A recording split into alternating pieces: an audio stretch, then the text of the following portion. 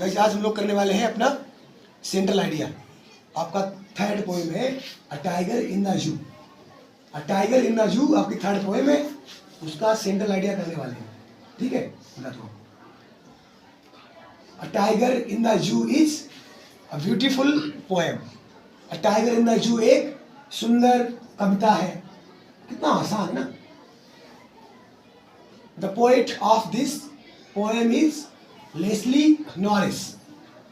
The poet of this poem is Leslie Norris.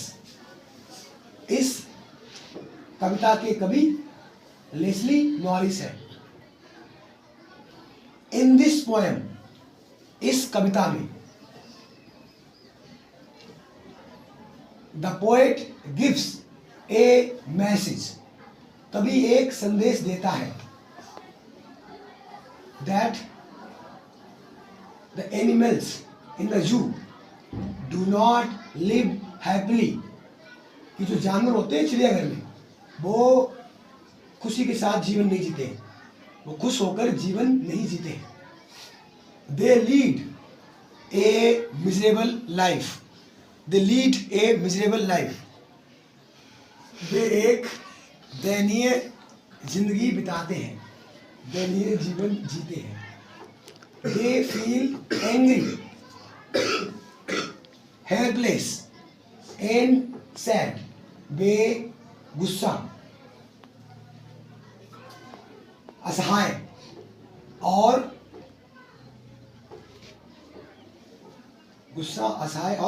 दुखी महसूस करते हैं। They remember their life in the forest, वे जंगल में अपनी जीवन को याद करते हैं। The animals should not be kept in the cage और जू, जानवरों को चिड़ियाघर में या पिंजरों में कैद करके नहीं रखना चाहिए।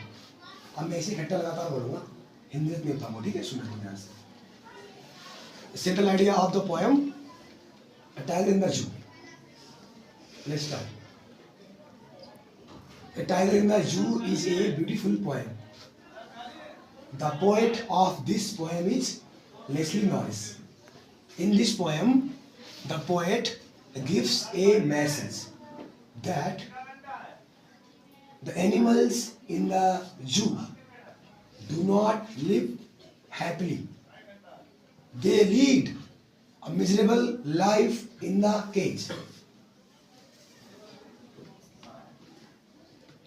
They feel angry, helpless, and sad. They remember their life in the forest. Animals should not be kept in the cage. Guys आज हम लोग करने वाले हैं अपनी चौथी पोएम। आपकी चौथी पोएम है, उसका सेंट्रल आइडिया। पोएम का नाम है how to identify wild animals, जंगली जानवरों को कैसे पहचाने। शुरू करते हैं। The poem how to identify the wild animals is a beautiful poem. The poet of this poem is Caroline Wells. In this poem the poet tell us some ways of identifying wild animals that creates humor. It is a humorous poem. He says, imagine if you ever encounter a lion or tiger in the forest. You can identify them by the way they attack you. To identify them while dying, this idea makes you laugh. ये हो जाएगा। अब हिंदी सुनो उसकी, सुनो। How to identify wild animals is a fine poem. How to identify animals एक सुंदर कविता है। The poet of this poem is Caroline Wells. इस कविता के कवि कैरोलिन whales है। In this poem, इस कविता में the poet tell us some ways of identifying wild animals। इस कविता में कवि हमें जंगली जानवरों को पहचानने के कुछ तरीके बताता है। That creates humor, जो मजाक उत्पन्न करते हैं, जो हास्य उत्पन्न करते हैं।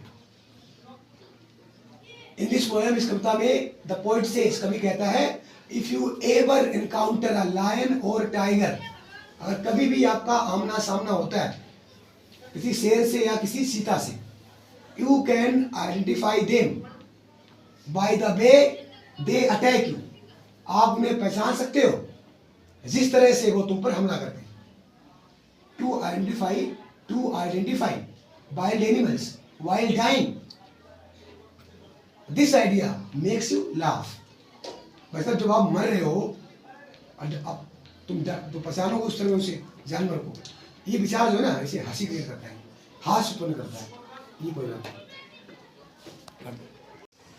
गाइस, हम लोग करने वाले आपकी पोएम है एक हाई स्कूल में जिसका नाम है द ट्रीज, उसका simple idea.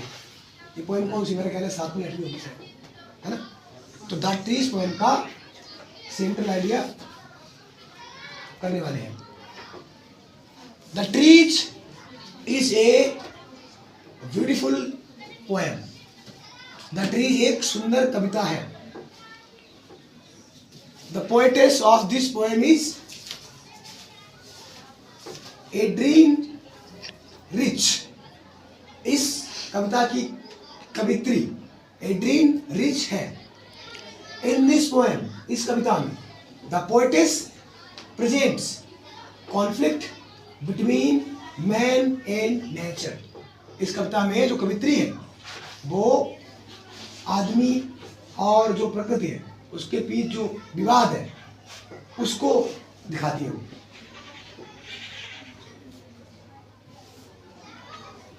She wants to make man aware of his selfish and merciless behavior। वह आदमी को अवेयर करना चाहती है कि वो अपना जो स्वार्थी और जो उसका निर्दयतापूर्ण व्यवहार है उसके प्रति। Man should not empty the forest and bring trees into their houses to decorate। आदमियों को जंगल को काटना नहीं चाहिए, जंगल को खाली नहीं करना चाहिए और पेड़ों को अपने घर में नहीं लेना चाहिए घर सजाने के लिए। Trees struggle to break these barriers। पेड़ संघर्ष करते हैं इन बाधाओं को तोड़ने के लिए। Trees also need freedom like human beings। पौधों को भी आजादी की आवश्यकता होती है मानव लोगों की तरह। They can live freely and happily in the forest, not in the houses। जो पेड़ होते हैं वो फॉरेस्ट में बढ़िया से जी सकेंगे स्वतंत्र होकर, ना कि घरों में। ये मैसेज है।